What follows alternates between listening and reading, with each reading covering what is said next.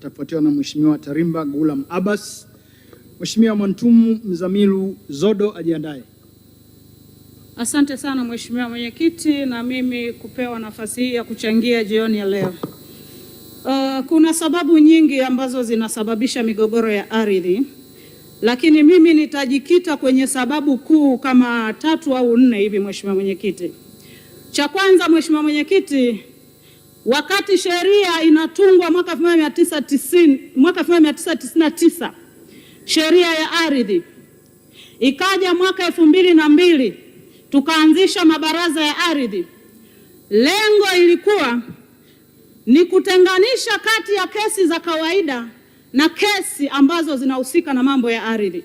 Kwa wakati huo kesi zilikuwa zikichanganywa kwenye mahakama moja. Lakini cha ajabu Mheshimiwa Mwenyekiti, nataka nikupe principle fupi ya huu mfumo ulivyo, na sijui nani alidanganya kuwachocholesha kwenye mfumo. Naanza kwenye hatua ya kijiji.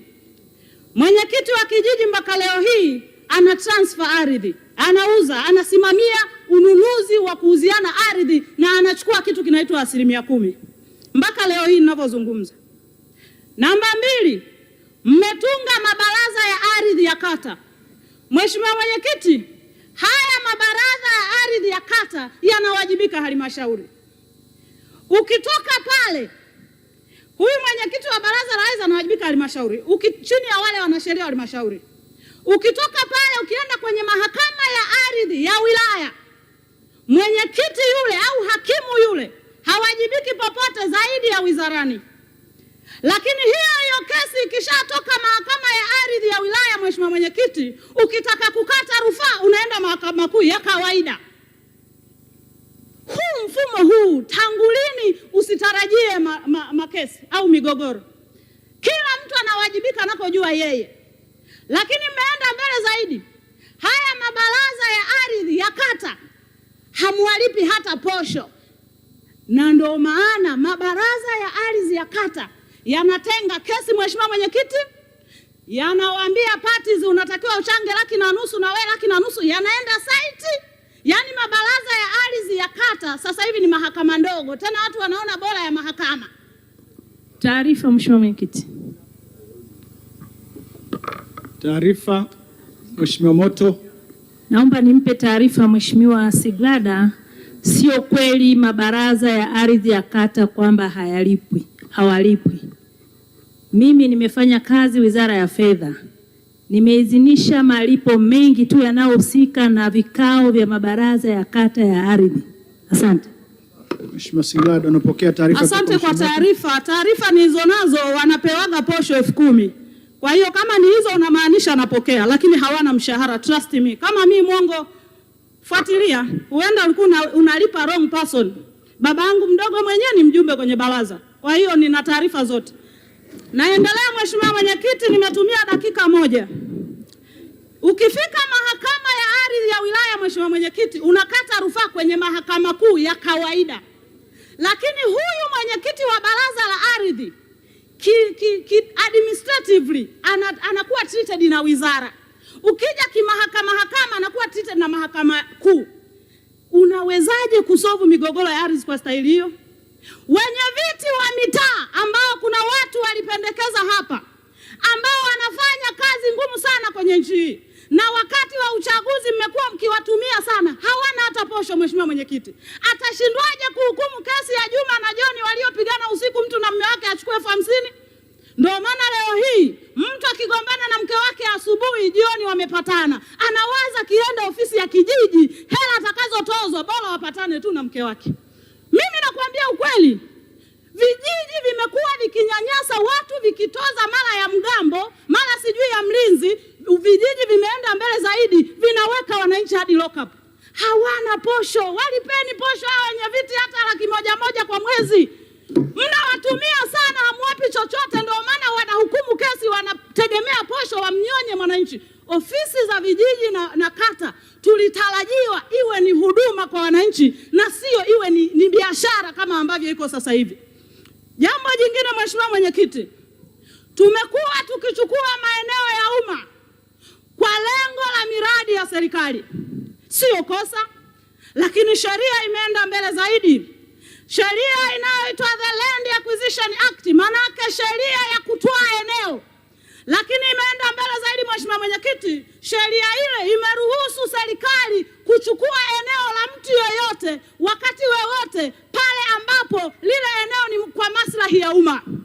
Lakini sheria hiyo, Mheshimiwa Mwenyekiti, imeenda mbali zaidi, subject to compensation. Huruhusiwi kuchukua eneo la mtu, uwe serikali uwe mtu binafsi, hata kama ni kwa mradi wa serikali, kama hujalipa fidia. Lakini sisi kama serikali tumegeuza kwamba kwa sababu mradi ni wa serikali, na mmeenda mbele zaidi, mnadanganya wananchi kwamba ardhi ni mali ya serikali. Aliyewaambia ardhi ni mali ya serikali nani? The law is too clear. Sheria iko wazi, imesema all land is public under the trusteeship of the president. Maana yake ni nini kwa tuliokimbia shule? Ardhi yote ni mali ya umma, rais ni mdhamini tu. Tusidanganye wakulima wa viazi vijijini, tunachukua maeneo yao, mnaisha kusema ni mradi wa serikali, ni mradi wa serikali. Tulipe fidia pale tunapopitisha miradi ya serikali. Na kumekuwa na changamoto, bahati mbaya siku hizi, leo unakutana na waziri huyu, kesha ameshatenguliwa, anakuja mwingine. Tumekuwa na matamko ya kisiasa.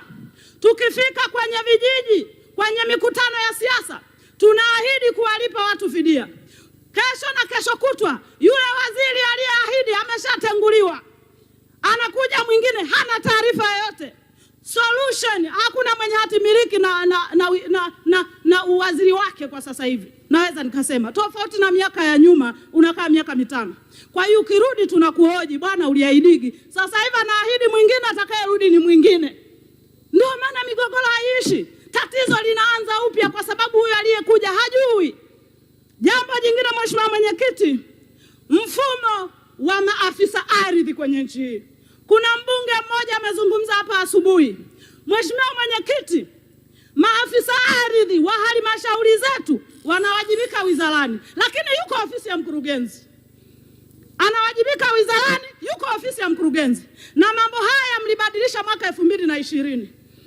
Lengo lilikuwa ni nini? Huwezi kutatua migogoro afisa ardhi wa halmashauri ya mji hawajibiki kwa mkurugenzi, anawajibika wizarani. Haiwezekani, Mheshimiwa Mwenyekiti. Hawa watu lazima tujue wanawajibika TAMISEMI au wizara ya ardhi iwe na mandatory yake, au wawe na mamlaka yao kama ilivyo TANESCO, kama ilivyo EWURA na mamlaka nyingine. Na ndio maana kuna contradiction hata kwenu wenyewe kwa wenyewe kwa sababu ya hii mfumo mlioitengeneza. Lakini jambo jingine amelizungumzia mtu mmoja, mheshimiwa mmoja hapa, mambo ya uwekezaji haya. Hivi aliyetudanganya kwamba mwekezaji ni mtu special wa kuhurumiwa ni nani? Kwa sababu nchi hii wananchi wakilalamika, kuna mwekezaji, kuna mwekezaji. Hakuna mwekezaji, naweza nikatumia neno mgumu, hakuna mwekezaji mjinga kwenye dunia hii. Mwekezaji yeyote akija, ameshapiga hesabu zake, ameziweka mfukoni. Ila sisi sasa tunaona amekuja kutuokoa katika watu wanaonyanyasa wananchi kwenye nchi hii. Wananchi wa maeneo husika ni wawekezaji mnaotuletea. Na anakuja na full document.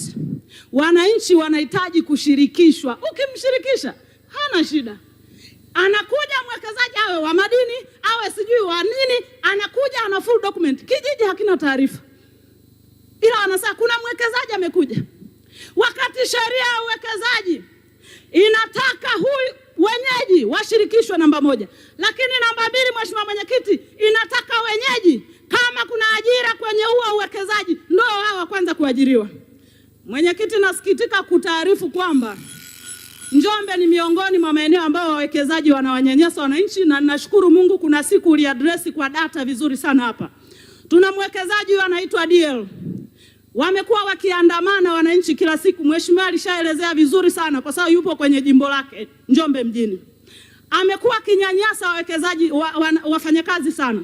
Lakini Mheshimiwa Samia mwaka jana alipokuja alimpa ahueni kwamba uchukue hela CRDB, sisi serikali tunakudhamini. Amechukua zile pesa amepeleka kwenye makampuni yake mengine ya Kenya na Uganda. Mheshimiwa Siglada, unaongelea Njombe, lakini ngoja kwanza, kuna taarifa pale.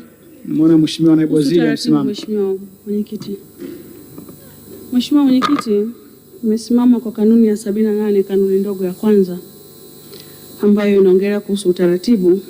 Ningependa kujua kanuni ya 74, kanuni ndogo ya kwanza inasema, bila kuathiri masharti ya ibara ya 100 ya katiba yanayolinda na kuhifadhi uhuru wa mawazo na majadiliano katika bunge, mbunge, ukienda K inasema mbunge hatatumia lugha ya kuudhi inayodhalilisha watu wengine. Mheshimiwa Sigrada wakati anazungumza ametumia maneno ambayo yanadhalilisha wawekezaji, na anasema hakuna watu wanaoongoza kwa kunyanyasa raia kama wawekezaji.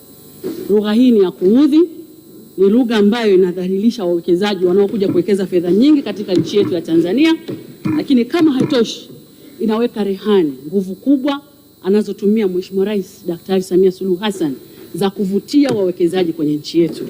Mimi Mheshimiwa Mwenyekiti, naamini Mheshimiwa mbunge anayezungumza anavunja utaratibu wa bunge kwa kutunza staha na kulinda watu. Naomba kuwasilisha Mheshimiwa. Asante. Mheshimiwa, naomba niongeze. Tunaenda na moja kwanza. Mheshimiwa Siglada, kuna maneno kwamba... Asante Mheshimiwa Mwenyekiti, hawa ndio tunaowatafuta, hawa ndio wako nyuma ya wawekezaji. Ndio maana wawekezaji wanakuwaga na viburi sana. Hakuna lugha ya kuudhi niliyotumia, nimeongea uhalisia. Lakini pili, mimi nilishaambiwa humu sijitambui. Kwa hiyo fanya kama hayo maneno ameongea mtu asiyejitambua. Naendelea Mheshimiwa Mwenyekiti. Mheshimiwa, taarifa. Mheshimiwa Siglada, polepole. Maneno kwamba wananyanyasa wananchi, manake kimsingi unatakiwa uje na ushahidi hapa. Sasa kwa vile huwezi kutoa ushahidi, ni bora ukayatoa. Ushahidi ninao, na ni Njombe ambako DL wamefukuza wafanyakazi wote walioandamana mwezi uliopita kudai mishahara yao, na barua ninazo. Kwa hiyo simple tu. Mheshimiwa Siglada. Ndio. Natakiwa kuleta ushahidi huyo. Naomba tuende polepole. Yaani anaongea na kiti sasa hivi, msimchanganye Mheshimiwa Siglada. Maneno kwamba wawekezaji wananyanyasa wananchi, manake hatuna muda wa kuleta huo ushahidi hapa. Kwa hiyo ni bora ukayaondoa kwa wakati mwafaka, ukaleta hoja yako kuhusiana na jambo hilo. Mheshimiwa Mwenyekiti, mimi dhambi nizo nazo zinatosha. Siwezi nikabadilisha lugha kwa sababu naamini kweli wananyanyasa. Sasa niseme uongo? Ndio lugha sahihi. Wanawafukuza, hawawalipi mishahara, watu wanaandamana kila siku. Hilo tutumie lugha gani, kwamba wanawapenda au? Kunyanyasa nayo imekuwa ni debate. Kwa mujibu wa kanuni zetu, hautakiwi kubishana na kiti. Utakiwi kubishana na kiti. Aidha utoe hayo maneno au usiendelee kuchangia. Mheshimiwa Mwenyekiti, wewe ni babangu, mlezi wangu, kwa heshima yako nayaondoa. Sasa ni simple tu. Waone Viva Promotion kwa mahitaji ya printing aina zote, kama vile mabango size zote na aina zote, 3D, 2D na banners, vibao vya maofisini au sehemu za biashara kama hoteli, lodge na kadhalika. Viva Promotion wana print t-shirts na jezi, wanafanya branding ya ofisi kuipa muonekano wa nje wa kuvutia. Wanapatikana Tabora mjini, mtaa wa shule, jirani na chuo cha utumishi wa umma Uhazili. Simu namba 0762484266. Instagram @viva_promotion.